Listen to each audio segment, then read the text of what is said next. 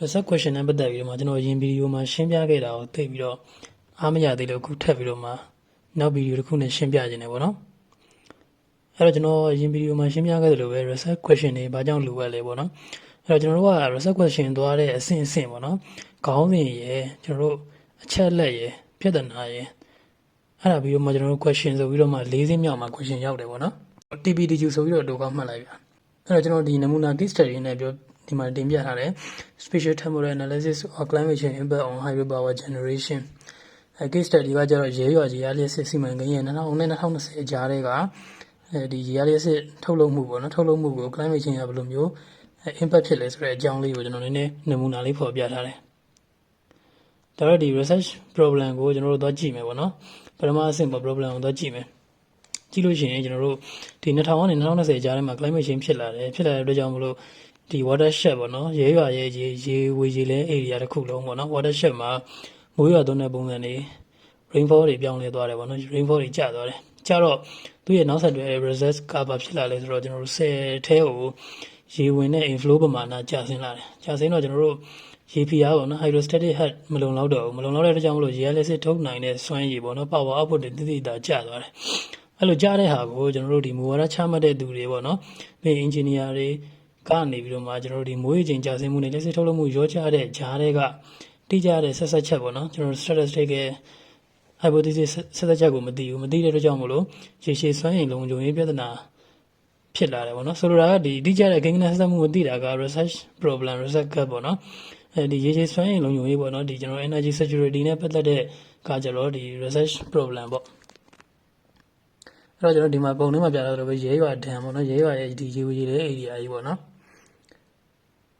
အဲ့ဒီ data requirement ပေါ့နော်ဒီမှာကျွန်တော်တို့ဒီလိုမျိုး problem တော့ data ဘာ data တွေလိုမလဲဆိုကျွန်တော် data တွေခွဲထုတ်လိုက်ပေါ့နော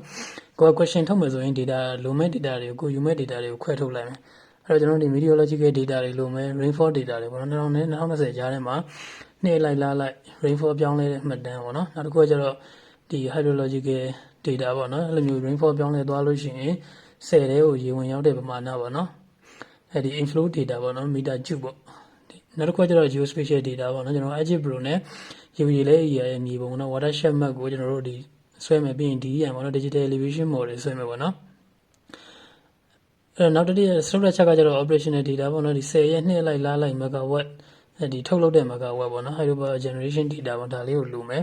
အဲ့တော့ဒီ data ကျွန်တော်တို့၄ခုရပြီဆိုလို့ရှိရင်ကျွန်တော်ခုနကပြောတဲ့ခေါင်းစဉ်ပေါ့နော်ခေါင်းစဉ်ကိုကျွန်တော်တို့သွားပြီးတော့မှလိုချင်တဲ့ question တွေထုတ်လို့ရတယ်အဲ့တော့ question ပေါ့နော် specific question ဒီမှာတင်ပြထားတယ်၄ချက်ပေါ့နော်ပထမတစ်ချက်က2000နဲ့2020ကြားထဲမှာဒီရေဝေရေလဲဒေတာရဲ့နှစ်လိုက်မိုးရေချိန်လားလိုက်မိုးရေချိန်ဘယ်လောက်ရှိလဲပေါ့နော်နောက်တစ်ခုကကျတော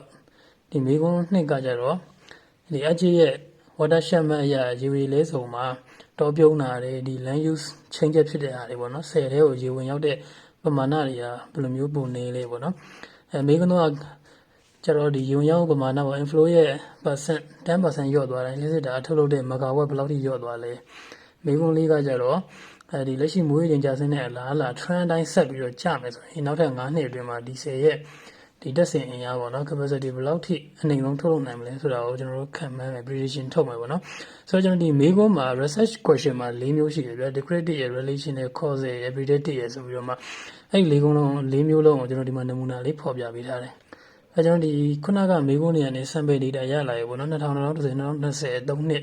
10နှစ်3ခုပေါ့နော်အဲ့ကာလာထဲမှာဒီဖြန်းမြပေါ့နော် mean ပေါ့ mean ရှာထားတယ် rainfall ကို mean ရှာထားတယ်ပြီးလို့ရှိရင်10တဲကိုရေဝင်တဲ့ပမာဏကိုလည်း volume ရှာထားတယ်ပြီးရင်နောက်တစ်ခုကဒီ watershed ထဲမှာရှိတယ်ဒီကျွန်တော်တို့တစ်တောတွေပေါ့နော်တစ်တောတွေပြုံးတီးသွားတဲ့ data လေးရယ်ပြီးရင်လျှက်စစ်ထုတ်လုပ်တဲ့ megawatt ရယ်ဒါတွေကိုကျွန်တော်တို့ဒီ